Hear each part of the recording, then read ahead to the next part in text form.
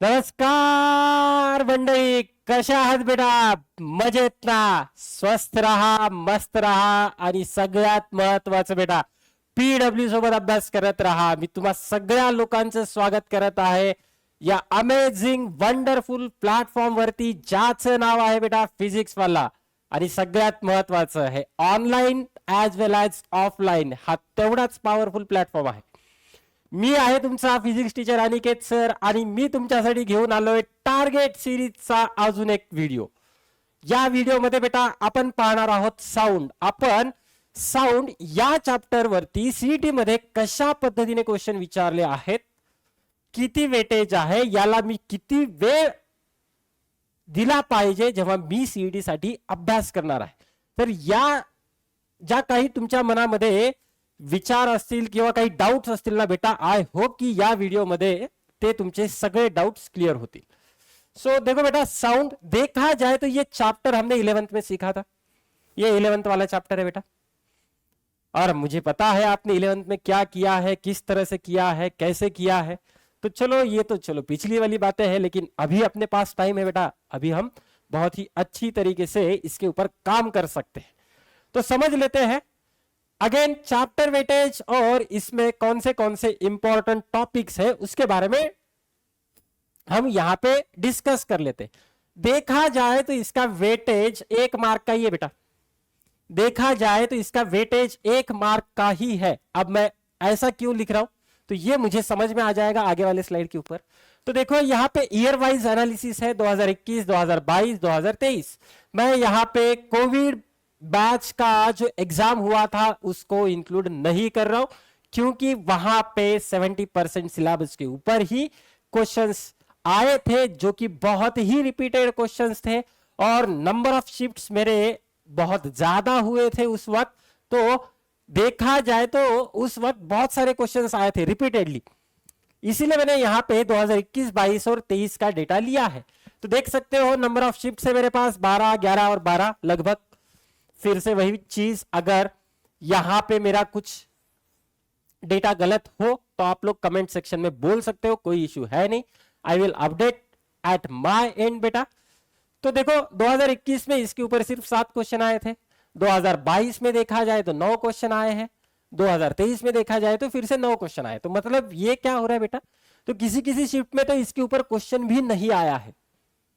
तो मतलब देखा जाए 1 मार्क के लिए 1 मार्क वो भी आएगा या नहीं, इसकी कुछ गारंटी है नहीं.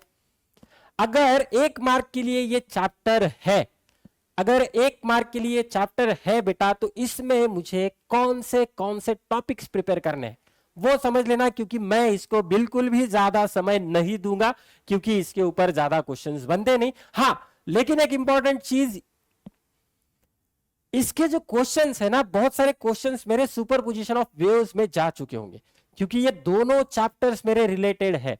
ये दोनों चैप्टर्स बेटा मेरे रिलेटेड है. तो 11th में से मुझे कौन सा पॉइंट इस चैप्टर से अच्छी तरह से रिवाइज करना है, अच्छी तरह से रट्टा मार के रखना है, अच्छी तरह से समझ के रखना है. तो बेटा मेरे हिसाब से मुझे ये 3 पॉइंट अच्छी तरह से समझने हैं.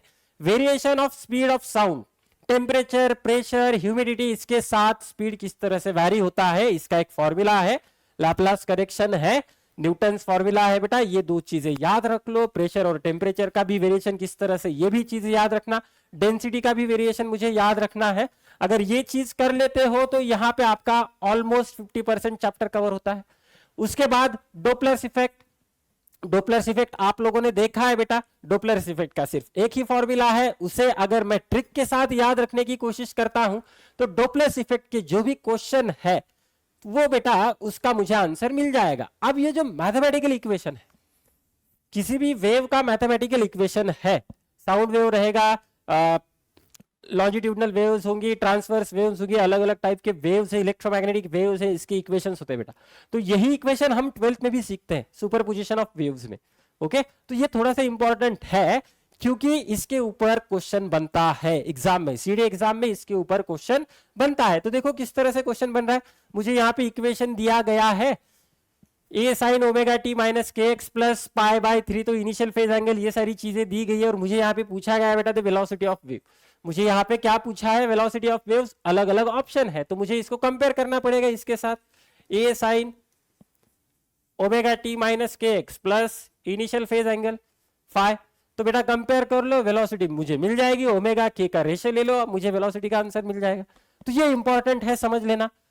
अगर आपने इसको 11th में अच्छी तरह से नहीं किया तो 12th में जो सुपरपोजिशन ऑफ वेव्स है ना बेटा, उसको वहां पे ये वाला जो फॉर्मूला है इसे अच्छी तरह से कवर कर लेना। इसके ऊपर 100% क्वेश्चन आएगा इस चैप्टर से, मेरे हिसाब से। अगेन नेक्स्ट यहां पे देखना, ये डोपलर इफेक्ट के ऊपर क्वेश्चन है, अलग अलग केसेस दिए गए हैं बेटा। तो डोपलर इफेक्ट का एक ही फॉर्मूला याद रखना। क्वेश्चन को भी मैं यहां पे पढ़ लेता हूं। अगेन ये जो क्वेश्चन है बेटा, ये 2023 का क्वेश्चन है, ये लेटेस्ट क्वेश्चन है बेटा, लेटेस्ट माल है, ये ताजा ताजा माल है बेटा, तो उसे समझना पड़ेगा क्योंकि अगले साल इसी की जैसे ही कुछ क्वेश्चंस आ सकते हैं।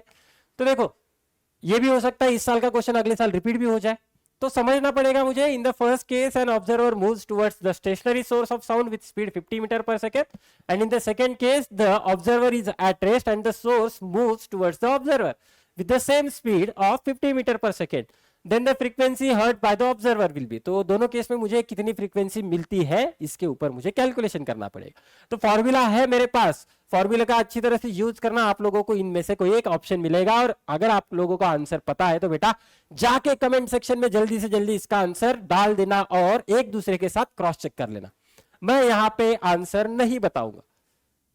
आगे देखना, फिर से देखना, यहां पे भी डोपलर इफेक्ट के ऊपर ही क्वेश्चन है। अगेन ये क्वेश्चन 2023 का ही है।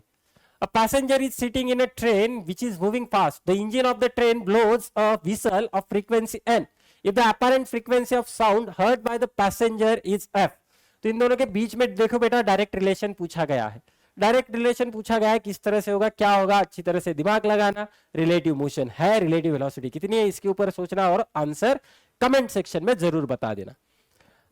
इसके अलावा अगर आपको इस चैप्टर में से करना है कुछ, तो ये जो है ना बेटा वेरिएशन के ऊपर, ये इसमें भी प्रेशर, क्योंकि टेम्परेचर अगर मैं कांस्टेंट रख के प्रेशर वेरी करने की कोशिश कर रहा हूं तो स्पीड मेरा चेंज होता नहीं। तो ये वाला फंडा थोड़ा सा याद रखना, क्योंकि इसके ऊपर क्वेश्चन बनते हैं। दूसरी चीज, वेलोसिटी के question kinetic theory of gases उसके साथ भी रिलेट कर सकते हैं। यहां पे मैं सिर्फ आप लोगों को आइडिया देने की कोशिश कर रहा हूं कि कौन से चैप्टर को मिक्स करके हम यहाँ पे क्वेश्चन बना सकते हैं। तो देखो बेटा, ये है आज का वीडियो, जहां पे आप लोगों को अच्छी तरह से अब समझ में आ चुका होगा कि हमें इस चैप्टर को कितना टाइम देना है, कितना इसके पीछे लगना है। अगर ये इजी चैप्टर आपको लगता है तो बेटा इसको फटाक से जल्दी कर लेना, क्योंकि आप लोगों का 1 मार्क यहाँ पे कंफर्म हो जाएगा इन ब्रैकेट, अगर आपके शिफ्ट में इसके ऊपर कुछ क्वेश्चन आता है। ठीक, तो बेटा तब तक के लिए थैंक यू, धन्यवाद। फिर मिलेंगे अगले वीडियो में, जहां पे मैं फिर लेके आने वाला हूं नया टॉपिक। तो जय हिंद, जय महाराष्ट्र।